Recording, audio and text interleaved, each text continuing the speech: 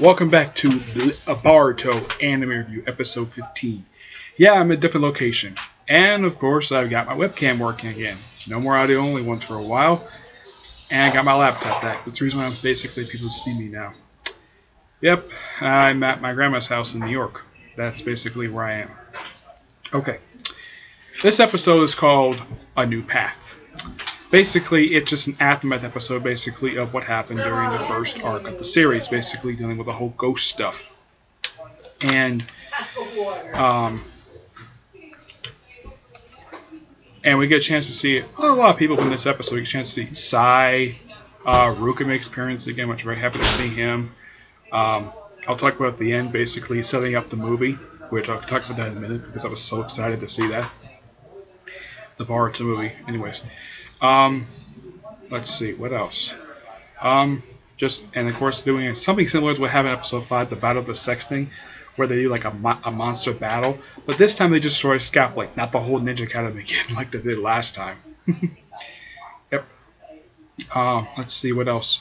Sumri comes back to school after the events of, the previous couple episodes. Excuse me, and I thought basically some of her classmates might resent her. No, they actually forgave her.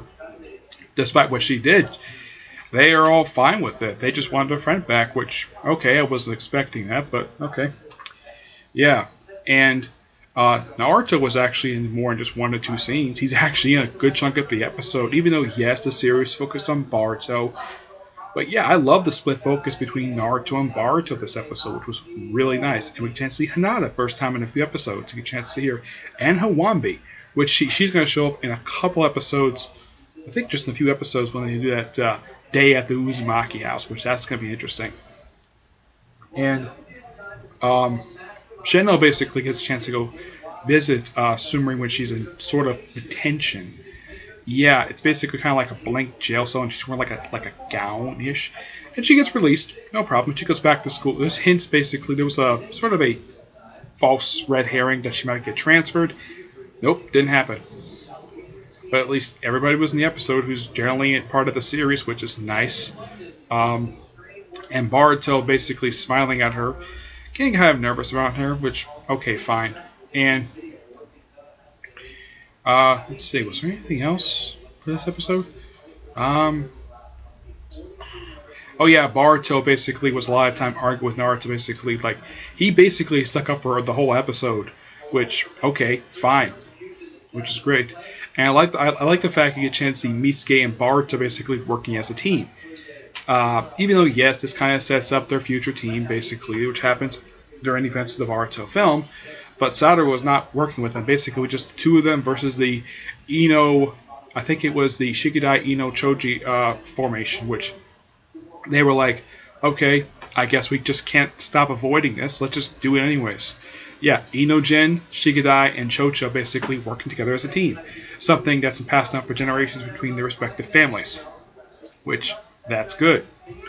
That's a really nice bit of touch for there. Now I want to talk about the ending. We get a chance to see, for the first time ever in the series, Sasuke. Boy, I was so happy to see him. And there's a reference to Sakura, which is nice. But I was so happy to see him, basically. And apparently the whole jutsu that Sumri basically did, yeah, it's actually connected to Kaguya. The woman who was kind of the last-minute antagonist for the 4th Grade Ninja War storyline. So I'm like, okay, that comes completely out of nowhere, but I guess they're just trying to lead into the movie. And then you also get a chance to see, first time in several episodes, the main villain of the last. Yep, he shows up again, making his 3rd appearance in the series, which, okay, that's actually quite interesting. And he's on the moon, and he's still alive, though his eyes are still closed, but I know it's him just by looking at him, and the fact he's on the frickin' moon. And the episode ends, just before it goes to the credits, I'll get to the credits, but the credits are actually very interesting, the end credits. The episode ends by showing the 2 main villains of the Boruto movie. Yeah, they make their first chronological appearance in the series, because the series currently is set before the film. But basically now they're just trying to wrap up some loose ends with the series before going to the Boruto movie. But as far as I can tell, for the next 3 episodes, yeah, sorry about that. For the next couple episodes, next 3 episodes, they're just standalone episodes, from what I've heard. Next week is basically just doing final exams for graduation for Ninja Academy, which, okay, fine. I'm glad the fact we're wrapping that up. I know there's one basically talking about, I think it's Chocho, I think it is. Yeah, I think so. I have to look it up here. I know that episode 19 begins the arc of, let's see, yeah, it begins the Naruto Gaiden arc, which my friend Edgar is very happy with. As am I. Yep. Yep, the next 3 episodes are just standalone ones. From what I can tell basically from the preview from next week's episode, it's going to look interesting. But even though this is kind of short because not much happened in this episode, but it was still a good episode. I do appreciate it. I want to talk about the end credits. The end credits basically are really good for this episode. For the end credits, they show images of previewing the Naruto Gaiden arc, which is starting in 4 episodes after this, 4 weeks from now. Basically, starting next month, they're adapting the 10-part Naruto Gaiden story arc, which I'm very happy with. I read it. It was actually a really dang good story. My friend Edgar basically wants them, after they finish adapting that, maybe they can adapt the Meatscape one-shot. I'm also hoping they adapt the Road to Boruto one-shot, basically where it's just Boruto, Sadaru, and Misuke basically undergoing the belt training mission with their sensei, Konohamaru. So, even though, yes, we get a chance to see this episode from the previous generation, just Aruka, Naruto, Hinata, Shino, obviously, who's been pretty much like every single episode of the whole series. Let's see. And Sasuke. Basically 5 characters. There is reference to the previous generation, which I like the fact that the basically Ino-gen, the previous generation basically of Choji, Ino, and Shikamaru. I love the fact that they mentioned their generation trio that's been going on for generations, and basically their dads basically are old friends. Well, Ino-gen's mother basically old friends with Shikadai's dad and Chocho's dad.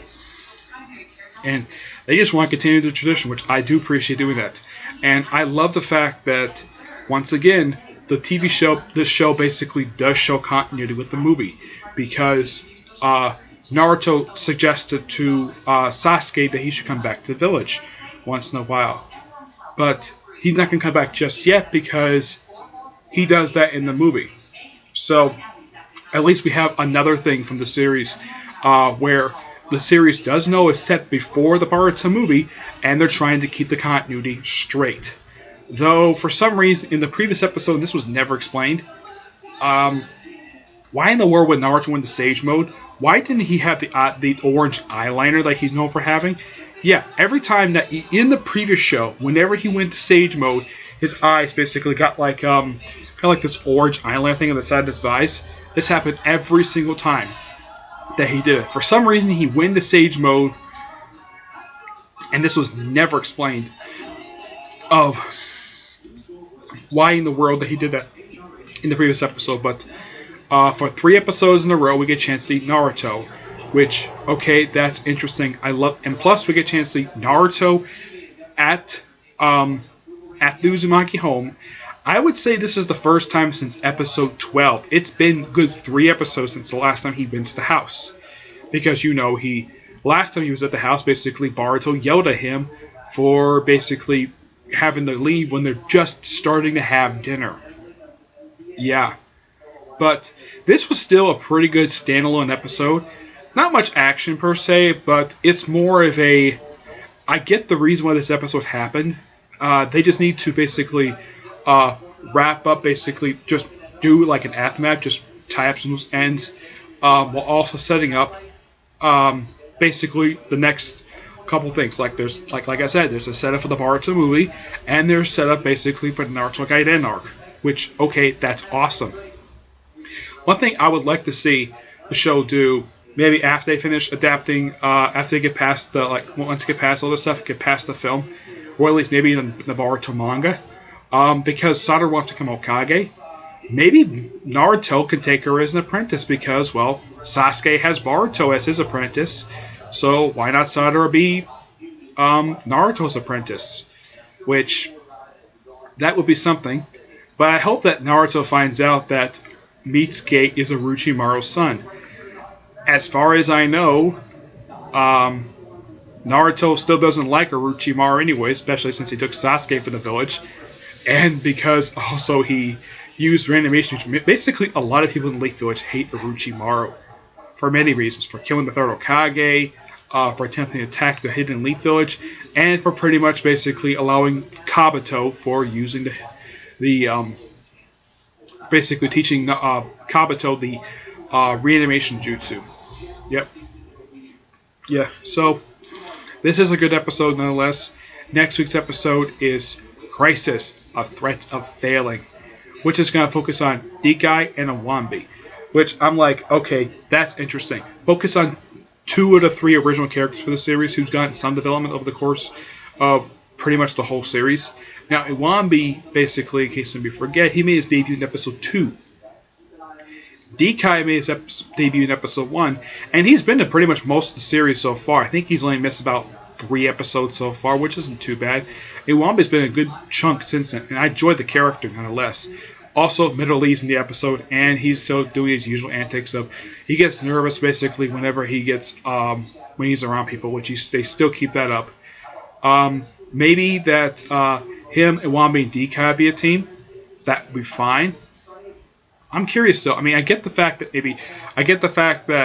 Naruto, Sadaru, and Mitsuki are probably going to be a team because I was showing the film, and of course, Inojin, Shigadai, and Chocho could be a team. But what about Sasumori?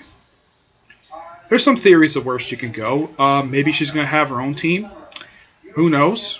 It just depends. I know Konohamaru is taking a team. I wouldn't be surprised if his 2 friends become senseis to the other 2 teams. One thing I think would be interesting, though, if they ever get a chance to show her in the series, what about Koronai? Or the rest of the people who basically show in the previous generation? I'm glad the fact Sasuke showed up, but there's still other characters in the previous generation who've not even made an appearance yet. Heck, Kiba has not made an appearance yet in this whole series, and yet he's seen in every single episode's opening credits. And yet he does show up in the series, which I'm like, that's weird. Yeah, him and a few other characters haven't shown up yet. Heck, not even Rock Lee himself has shown up in the series. I hope he shows up soon. So, pretty much, like I said, pretty much the next 3 episodes are just standalone episodes. Just something interesting, just something to pass the time until they get to the Naruto Gaiden arc, which is starting in 4 weeks. Which I'm personally looking forward to. I know my friend Edgar is looking forward to it. And I'm sure a lot of people are looking forward to seeing the Naruto Gaiden arc being adapted. I've read it online. It's a great arc. It's only 10 chapters. Now, how long do I think that the arc would take up? If they adapt it, this is my personal guess. Either one, it's going to be 10 episodes, which I highly doubt they're going to do that. My personal guess, it's probably going to be 5 episodes.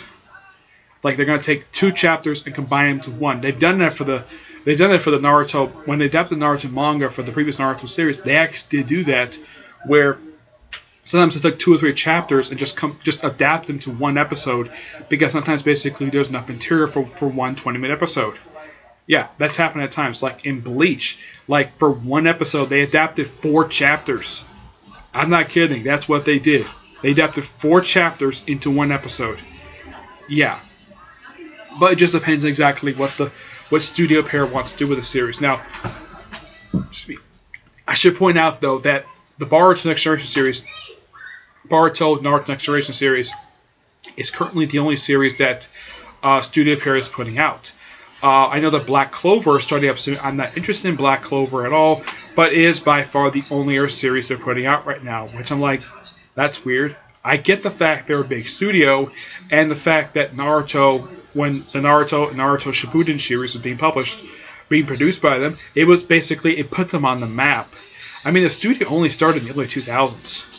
I mean, it's only been around for like maybe 15 years at most. And they put actually scratch. They actually been around since the early 80s. So I think that what put them on the map. I think it might have been I think with Yu Hakusho. I'm not sure what it was. It's probably, actually, there's a I don't know. You have to look it up Wikipedia, but they do have a list of every single series they've done since 1980. So the studio itself has been around for, I'd say, roughly 37 years at most. So, and I keep thinking that also because besides the fact they have one series right now, the last time they put out anything other than, let's say, this current series in Shippuden. Okay. They put out, like, the last film they put out was 2 years ago. No joke. It is. Yep. It is by far. Now, the last OVA they put out was last year when they did the day Naruto became Hokage one-shot, which that is canon. According to Kishimoto, that one-shot is canon, despite the fact the first 7 are not canon. They're just filler. The only reason why that one's canon because that is part of the actual story. Though, in my honest opinion, I think the OVA could at least made up an episode of Naruto. Yeah, I think a lot of people probably would agree with that because there was probably still so much material there, despite the fact the show was only 10 minutes long. Yeah. So, who knows? So that's really it for this episode. Looks like more than I expected. Stay tuned for next week for episode 16, and I will talk about next week's episode, which is Crisis, the threat of failing. This episode was a new path. Yep, just 3 simple words, okay? But until I see you now, soon I'm going to do another episode of the the Hunter x Hunter anime review. I'm almost done with the Kamen arc, and I'm soon going to be starting after that the election arc, and after that I'm going to do the movies. Now I'm going to do 3 more videos for that series, and then that's it. Okay? But until I see you all in my next video, and no, it's not going to take me 2 weeks to put out an actual regular video, because on my last few videos I put up basically been audio only. Okay? But until then, I will see you there. Bye.